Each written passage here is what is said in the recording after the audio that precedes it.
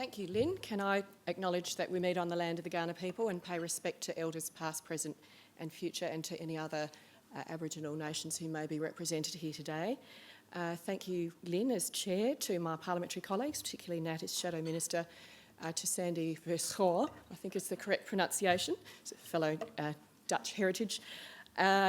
All wonderful workers here today, everybody who is so dedicated to coming together to resolve what is a problem that we all feel needs to be resolved, and that we all, I guess, feel some shame about as a nation.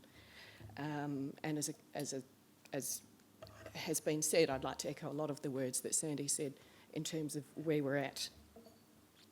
It is everybody's role, which can sound a little bit trite in some ways, but if we look across the issue of housing, there is the issue of the bricks and mortar.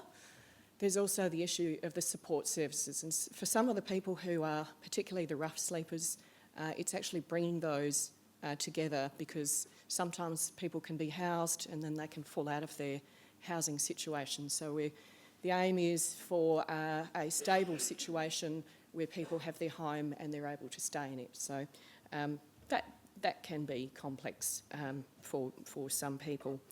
We also have a supply issue. I sort of feel like I keep repeating myself and hoping that some of my colleagues in other places are listening, that while we're often lauded as having relatively affordable housing, it's not affordable for a lot of people. And it's relative to the eastern states where it really isn't very affordable, and globally it's not particularly affordable. So there's a supply issue, particularly I think in South Australia, for a whole cohort of people. If we think about the different situations that people are in, we have rough sleeping, we have people who may be couch surfing, we have people who are in our social and public housing system.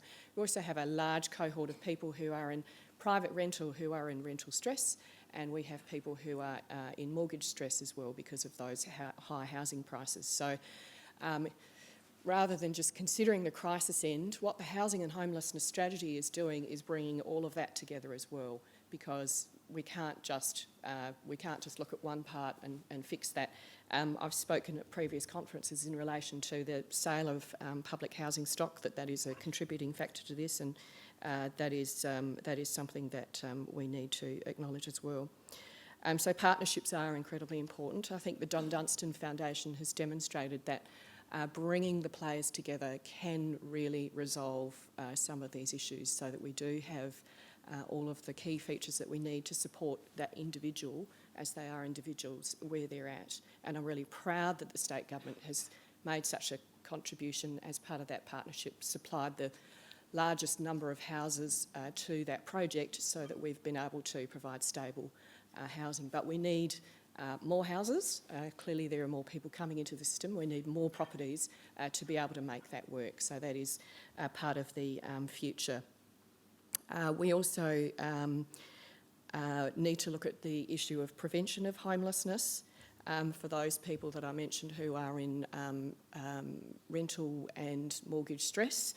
Some of those people may be just a couple of pay packets away from becoming homeless. So there's a whole range of issues that we need to consider, which we have got all of the partners together through a housing and homelessness consultation, which is still continuing, and I thank everybody in this room who's been part of that to date, because we do need all of your ideas, and we definitely need co-design as we're going forward. So in terms of the numbers, they all sound pretty big. So we've got the National Housing and Homelessness Agreement between the Commonwealth and the South Australian Government, which is well, nationally it's $1.5 billion, and over 5 years South Australia's share is $540 million. So that is a lot of funding. On an annual basis in South Australia, we provide $67 million to some 90 different programs. And just looking at the numbers again, that's some 21,000 clients, which if you crunch that, comes out to over $3,000 per client. So part of the discussion that we're having with this housing and homelessness strategy is making sure that it's not just all about individual programs, but it's about the system. So the system needs to work more cohesively together. I think we're getting some consensus through that strategy that it isn't operating as a system. There are people who come in and come out, and there are some people a lot of people who are experiencing homelessness who can't navigate the system at all. So we need to be working much better together. Systems reform sounds very boring. It doesn't actually get a run in the newspaper, but it's so incredibly important. So the co-design process that we're working through is incredibly important.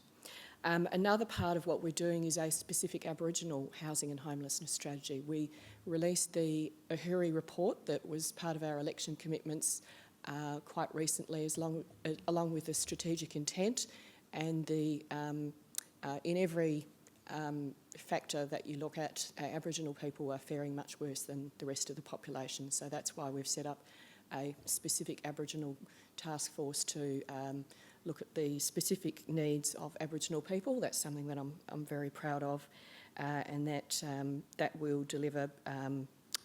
That's got a longer period of time to work through that. So the housing and homelessness strategy is due at the end of this year, and the Aboriginal housing and homelessness strategy will be delivered by the end of next year.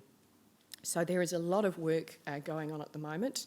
The Don Dunstan Foundation has been a fantastic vehicle, particularly for the CBD, in terms of actually providing places, looking at individuals, looking at their particular needs, their particular vulnerabilities. So all this work needs to continue, and we as a state government are very committed to working together with partnerships, and also look forward to what other lessons and learning will come out from today's sessions as well. So thank you all very much for your commitment to this incredibly important issue, and as Sandy said, let's work to fix it.